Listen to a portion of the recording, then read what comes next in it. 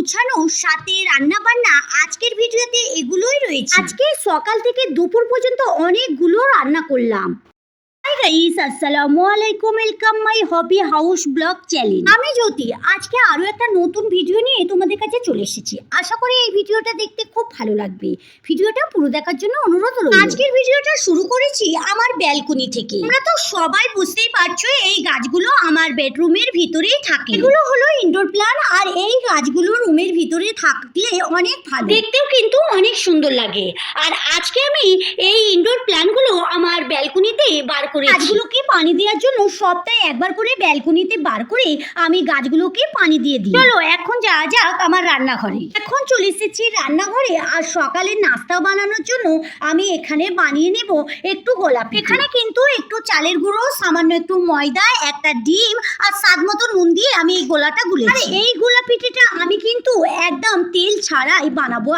রোজ তেলের জিনিস খেতে একদম ভালো লাগে না, আর শরীরের পক্ষে খাওয়াটা অনেকটাই ক্ষতি। এখানে আমি চুলাতে একটা কড়া বসিয়ে নিয়েছি, আর এখানে একটা নরম কাপড়ের মধ্যে মানে সুতির কাপড়ের মধ্যে সামান্য একটু তেল দিয়ে উপরটা একটু মুছে নিলাম। এবারে এই ব্যাটার থেকে একটা চামচে করে 1 চামচের মতো আমি ব্যাটার নিয়ে এই কড়াতে দিয়ে দেব। যাদের সুগার আছে বা যাদের তেল খাওয়া মানে বারণ রয়েছে তারা কিন্তু এই পিঠেটা সকালের নাস্তার জন্য করে খেতে পারো। চামচে করে ব্যাটারটা কড়াই দেওয়ার পর হাত দিয়ে কড়াটা ধরে এইভাবে ঘুরিয়ে ঘুরিয়ে একদম গোল করে নিতে হবে। মিনিট 2 লো টু মিডিয়ামে রেখে আর এইভাবে একটা হাতা দিয়ে চারপাশটা আস্তে আস্তে এরকম ভাবে ঘুরিয়ে নিলেই খুব সহজেই এটা উঠে যাবে। সকালের নাস্তা বা বাচ্চাদের স্কুলের টিফিন বা অফিসের টিফিনের জন্য এই মানে পিঠেটা বানাতে পারো, আর খুব ভালো লাগবে খেতে। যাই হোক, একে একে আমি সবগুলো এইভাবে করে নিব।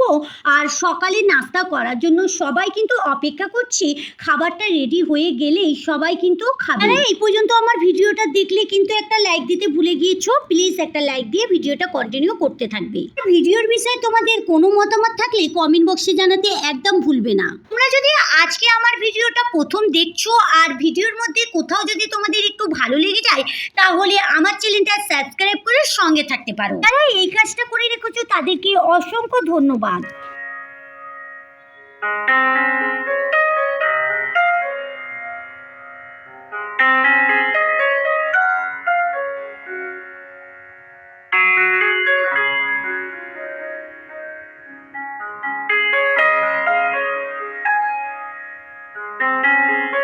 দেখো বন্ধুরা, একে একে সবগুলো আমার এই পিঠে বানানো হয়ে গেছে।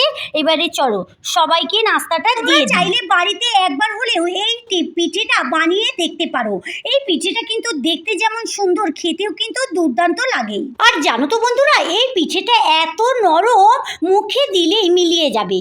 বাচ্চা থেকে বড় সবাই কিন্তু অনেক পছন্দ করবে এই পিঠেটা খেতে।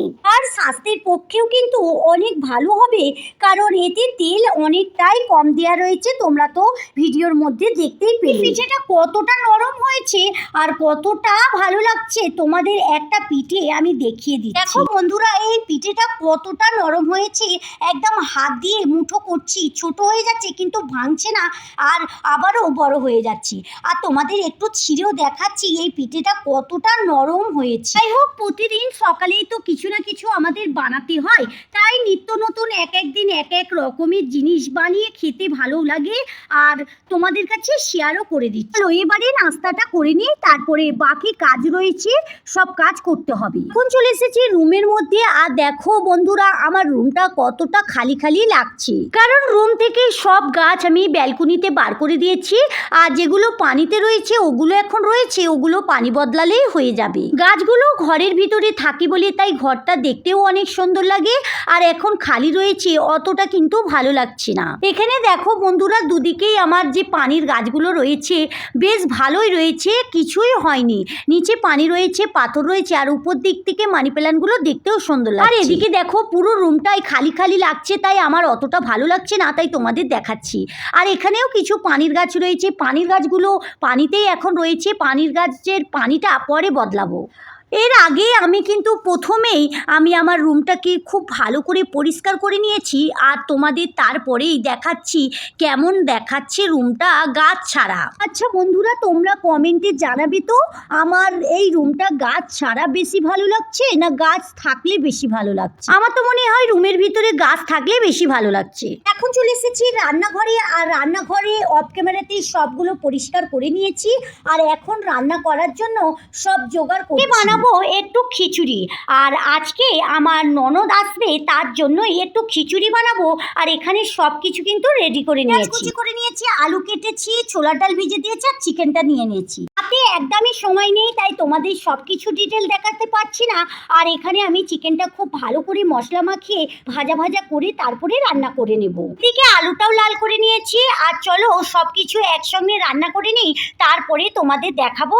আর এখানে আমি আদা রসুনটাও মিক্স করে নিয়েছি, পুরো কমপ্লিট করে তোমাদের কাছে আজকে রান্না হয়ে গেছে, সবাইকে খাবারটা দিয়েও দিয়েছি। বলে বন্ধুরা, চলো আজকের মতো ভিডিও এই পর্যন্তই। দেখা হচ্ছে নতুন কোনো ভিডিওর সঙ্গে। ভালো থেকো, সুস্থ থেকো, সাবধানে থেকো। ভালো লাগলে লাইক কমেন্ট শেয়ার করো।